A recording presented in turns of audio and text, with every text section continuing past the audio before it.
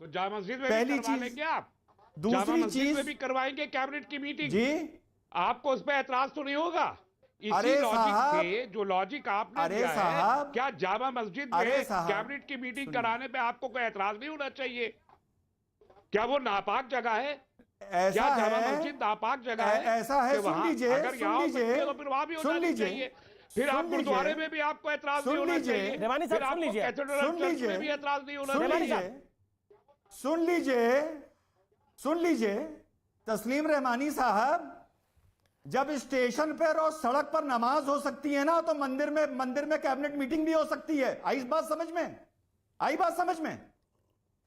नहीं, मैंने जो सवाल अब किया आगे है, चलने अरे दीजिए। मुझे समझाइए, मैं आपको अभी जानता हूं आप क्या भला हैं। आप बताइए, आपको जहां मस्जिद में, अगर मस्जिद में नमाज, अगर सड़क पे नमाज हो सकती है, तो क्या मस्जिद में कैबिनेट की मीटिंग आपको कबूल होगी? मैं सिंपल सवाल कर रहा हूं। तस्लीम रहमानी साहब, तस्लीम आज रहमानी आपको साहब, आपको सुन लीजिए ना, रहमानी साहब। मीटिंग आपको बहुत अच्छी लग रही है, सुन लीजिए क्या ना। आपको मस्जिद में भी लगेगी? भारत एक डी फैक्टो हिंदू राष्ट्र है, जिन्होंने आजादी की लड़ाई लड़ी थी, अपना मेवा जी। लेके चले गए पाकिस्तान और क्या ये बांग्लादेश। लिखा है आई बात समझ कॉन्स्टिट्यूशन में? में? नहीं, क्या हर ये लिखा जगह है आपको कॉन्स्टिट्यूशन हक में नहीं कि मिलेगा। डिफैक्टो हिंदू राष्ट्र है? बस यही गलती कर दी, यही गलती कर दी संविधान लिखने वालों ने कि रहमानी आपको साहब को दिखाइए। अधिकार दे दिए। यही गलती कर दी कि आप आज तक सर पे चढ़े हुए हैं। और क्या संविधान में यह लिखा है कि इस देश में शरीयत होगी? क्या संविधान में यह लिखा है? आप आर्टिकल 44 को क्यों नहीं मानते? आर्टिकल 44 को क्यों नहीं मानते? आप बताइए। रहमानी साहब 15 सेकंड में जवाब। कि क्यों मानेंगे? वो गाइडिंग प्रिंसिपल है, आर्टिकल 44 गाइडिंग प्रिंसिपल है, लॉ नहीं है इस मुल्क का। लॉ नहीं है, माफ कीजिए, आपको इतनी तमीज होनी चाहिए कि कॉन्स्टिट्यूशन में कौन सा आर्टिकल, ये पागलों की तरह हंसने से जवाब नहीं मिलता है। कौन सा आर्टिकल किस हैसियत, क्या हैसियत रखता है, मालूम होना चाहिए, वरना कोर्ट मत कीजिए अगर आपको मालूम नहीं है। कॉन्स्टिट्यूशन ऑफ इंडिया में डिफैक्टो, अरे अपनी बात कर लो अमीश भाई, अपनी बात कर लो। डिफैक्टो नहीं है। ठीक है, ओके ओके। रिजवान, आप अपनी बात रखिए। सुधांशु त्रिवेदी और वाइस इंतजार कर रहे हैं। फिर अपनी बात खत्म करूंगा। आज आपने बहुत मौका दे दिया। जो आज बोल रहे हैं हमारे AIMIM के हम ये शहादत हमेशा याद रखेंगे, ऐसा है आपको तो पता होगा, पर आपके ऑडियंस को बता दूं, इसी साल तेलंगाना के सेक्रेटेरिएट का वास्तुशास्त्र के हिसाब से एक्सपेंशन हुआ। 2 मस्जिदें तेलंगाना के सेक्रेटेरिएट में थी, दोनों मस्जिदें गिरा दी गईं। जब ओवैसी साहब मुख्यमंत्री से मिलने गए तो मुख्यमंत्री ने कहा कि अब 2 मस्जिदें नहीं रहेंगी, सिर्फ एक मस्जिद रहेगी, सिर्फ एक मस्जिद, और एक मंदिर रहेगा, एक गुरुद्वारा रहेगा और एक चर्च रहेगा। अब जरा ओवैसी से पूछो भाई, और उनके प्रवक्ता से पूछो कि तेलंगाना में जो 2 मस्जिदों के बाद एक मस्जिद रह गई, वो जो एक मस्जिद कम हो गई, उसकी शहादत भी ओवैसी याद रखेगा या उसको भूल जाएगा? वारिस जवाब। झूठ बोल रहा है ये रिजवान बैठ के यहाँ पर, झूठ बोल रहा है, ऐसा कुछ भी नहीं है। वहां पे मस्जिद है, सेक्रेटरीट का मस्जिद का पाया भी खोद दिया, इनॉग्रेशन भी हो गया, चालू भी हो गया। आप देखो अमीश भाई, अभी मैं मेरे मुंह से कुछ बोल दूंगा तो ये इसकी हंसी वसी सब ठंडी हो जाएगी। हंसले बेटा, हंसले, मैं हंसूंगा लास्ट में, तू ठंडा हो जाएगा, कुर्सी छोड़ के भागेगा, जाने दे। इसलिए डिबेट में बैठा है, डिबेट कर और निकल ले, ठीक है? चल आगे बोल। लेकिन ये भड़काने का काम आप क्यों करते हैं? नहीं, भड़काएगा क्या है ये? क्या ठपोरी 2 टकेगा? अरे अमीश भाई, कैसी भाषा का बात इस्तेमाल कर करूंगा, रहे ये हैं? उठ के भागेगा। मैं इसके नहीं, कैसी भाषा आपको बुलवा रहे हो ना अमीश भाई? अरे अमीश देवगन, आपको तो मालूम है, माय डियर फ्रेंड, भाषा का मर्यादा रखिए।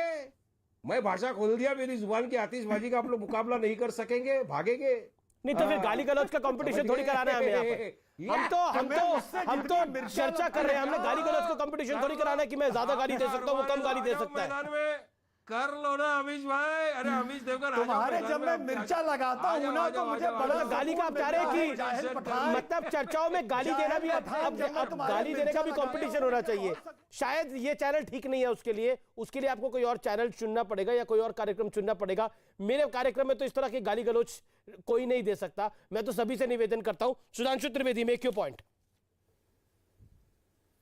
हाँ, एक बात मैं कहना चाहता हूं, देखिए ओवैसी चाहे जितना बोल लें, अगर उनके दिल में सिसकियों की बात है तो मैं पूछना चाहता हूं, चाइना में, रशिया में, चेकोस्लोवाकिया में, रोमानिया में, हंगरी में, बुल्गारिया में, पोलैंड में हजारों मस्जिदें तोप से उड़ा दी गई।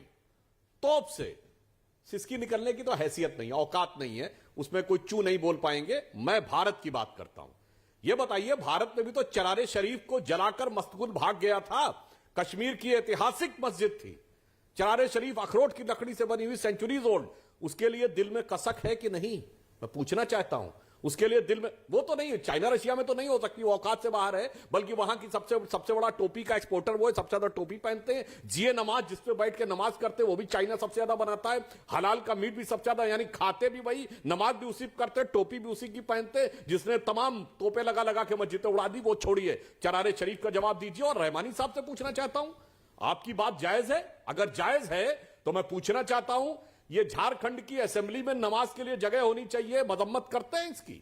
लेकिन सुधांशु पॉइंट ये है, क्या मंदिर में कैबिनेट की बैठक वाजिब है, जो सवाल उठा रहा है? नहीं, मैं इसी बिंदु पे आ रहा हूं। जी। अरे मैं उसी बिंदु पे आ रहा हूं। देखिए, हाँ बता रहा हूं क्यों। मंदिर और मस्जिद में बेसिक अंतर जानते क्या है? मस्जिद में कहा जाता है कि जो ये कह दिया गया इस्लाम में, बस यही फाइनल, इसके अलावा सब गलत, नो एक्सेप्टेबिलिटी टू एनीवन। मंदिर कहता सर्वधर्म संभाव।